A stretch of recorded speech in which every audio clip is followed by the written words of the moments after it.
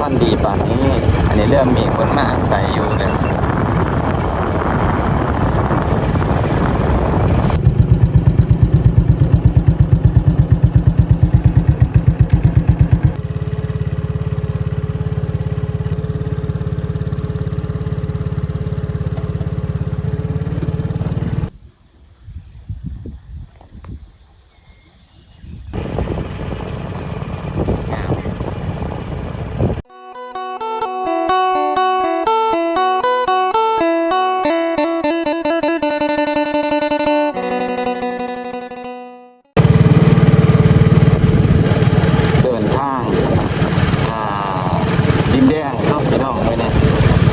ไปทางปากแสปะแสป่องไร่พี่น้องเลยคาดว่านักท่องเที่ยวพี่น้องทางต่างประเทศในทางฝั่งไทยนี่นะจะมาหลายอยู่ทางเขตนี่มาลินมาเที่ยวมาส่งมื้อนี้ผ้าน้องคิงเพิ่นมาปากเสพะเป็นครั้งแรกพี่น้องเลยแต่ก็ได้เห็นหมู่บ้านลาดทางนี้เป็นครั้งแรกพี่น้องเนาะผู้ว่าเป็นชิปแนวไรดอกแต่ว่าในตอนที่บุญมากจะมีนะในความคิดก่อนเราก็คิดจานเลยแต่ว่าเพิ่นเนี่ยผู้ว่าเป็นแนวใด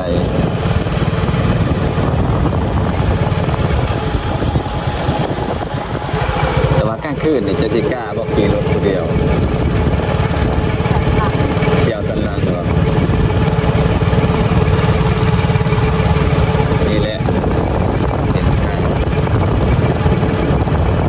ผมมาช่วงนั้นกับทางกับท่านดีป่านนี้อันนี้เริ่มมีคนมาอาศัยอยู่เลย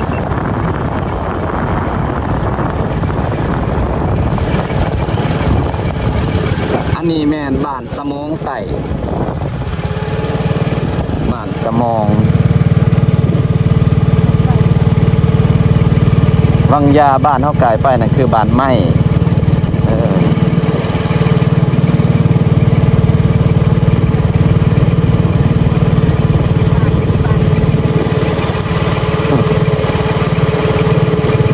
ทางก็จะประมาณนี้แหละทางนี้แต่ว่าช่วงหน้าฝนอาจจะลำบากหน่อยนึง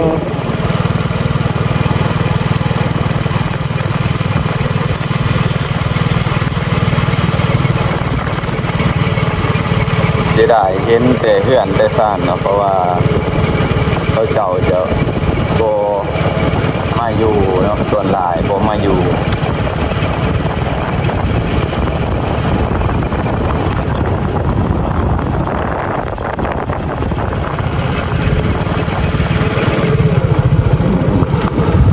ครับผมมาอยู่ล่างไปเลย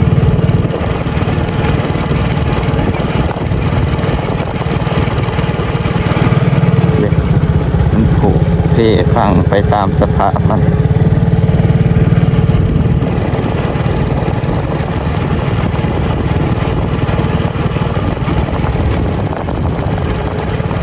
นี่มันแม่นำเซ่เลยพูดแหละบ้านเข้าไปบางยาพูดแหละเดี๋ยวขี่รถผ่านไปบางอย่างบนนั้นแหละกระจอกปล่อยเอาน้ำขึ้นเด้น้ำไหลมาแต่ผู้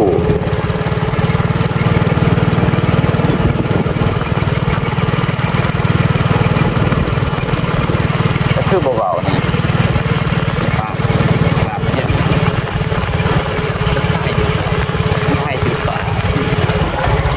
เห็นบ่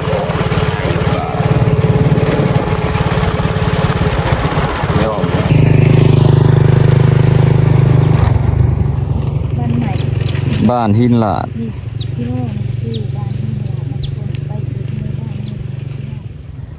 บ้านหินลาดก็อีกหมู่บ้านหนึ่งที่พี่น้องแต่ก่อนเนี่ยบ่มีคนมาอยู่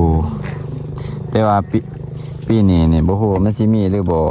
สิท่าเบิ่งนำกันนะอันนี้คือทางเข้าหมู่บ้านเพิ่นนะเพราะว่าแต่ก่อนเฮือนนี่จะฮอดนี่เบิดแหละแต่ว่ามันผุพังไปกับกระแสน้ำตอนนี้เขาสิเขาไปไหนอีกเทื่อหนึ่งเพราะว่าเขาได้ผ่านมาทางพี่แล้วพี่น้องสิลงไปทางตาดเซฟปากเซฟของไรแต่ ว่าสิลองมาเบิ่งอีกเทื่อเนี่ยว่ามันสิมีคนมาอาศัยอยู่หรือบ่เนาะเพราะว่าที่ผ่านมาเฮามานี่ไม่หอบหลายเดือนยังบ่มีคนมาอาศัยอยู่พี่น้องเลย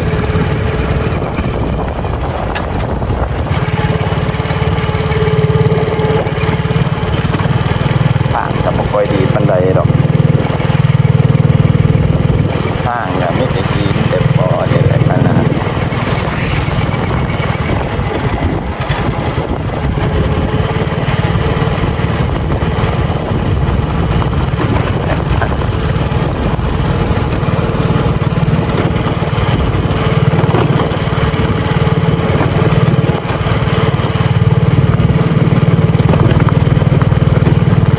จากเมื่อก่อนเนี่ยจะมีคนมาอาศัย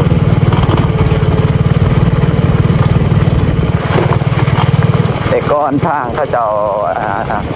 ช่วงเริ่มสำริดนั้นยังเป็นทางดินเพียงเลยเลย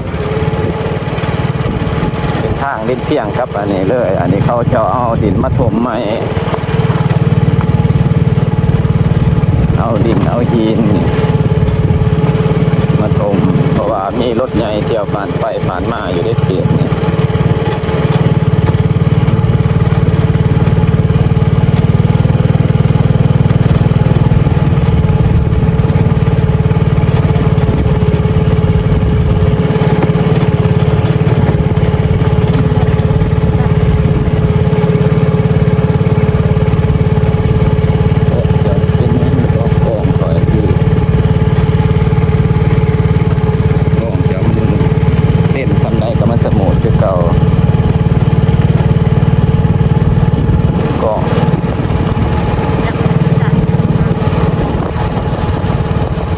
สั่นเนาะ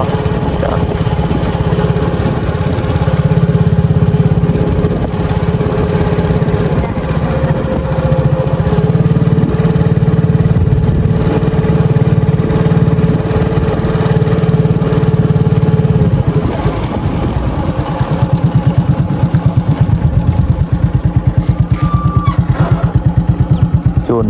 รถทางหลังพอ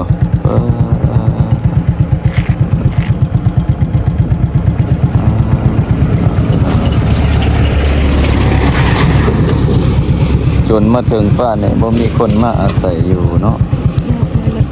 หมู่บ้านนี่แม่นบ่มีคนมาอาศัยอยู่เลยพี่น้องเอ้ยยังบ่มีคนมาอาศัยอยู่ถือว่าบ่คือบ้านอื่นเนาะบ้านนี้แม่นบ่มีไผมาอยู่พอครอบครัวเลยสิหาครอบครัวหนึงมาอยู่ก็บ่มีเด้มื้อนี้มากับน้องกิงเพิ่นกาดีพี่น้องไอ้ย่างไปเลยบ่เงินมาตอนแรกเนี่ยเฮาบ่กล้าได้เข้าไปคือเพิ่นบ่กล้าเข้าใกล้ตอนมาทำอิฐนี่เพิ่นบอกว่าตลอดทางแล้วเฮามาพี่น้องเอ้ยยังบ่มีผู้คนมาอาศัยอยู่นี่ข้างหน้าน่ะคือวัดเนาะข้างหน้าคือวัด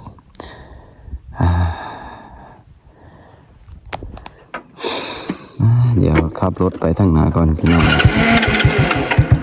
ย่างเลยแบบนี้สิได้ดีเนาะ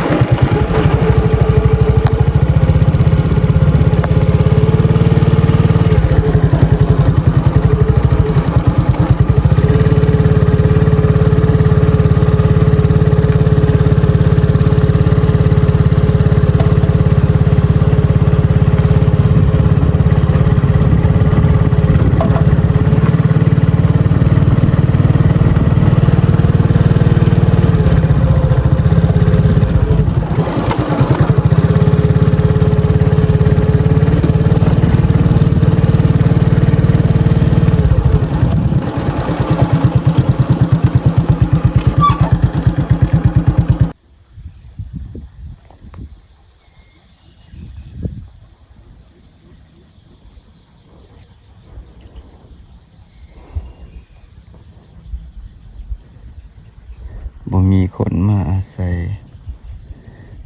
น้องเขียงอย่างมากผู้เดียวเพิ่นทั้ง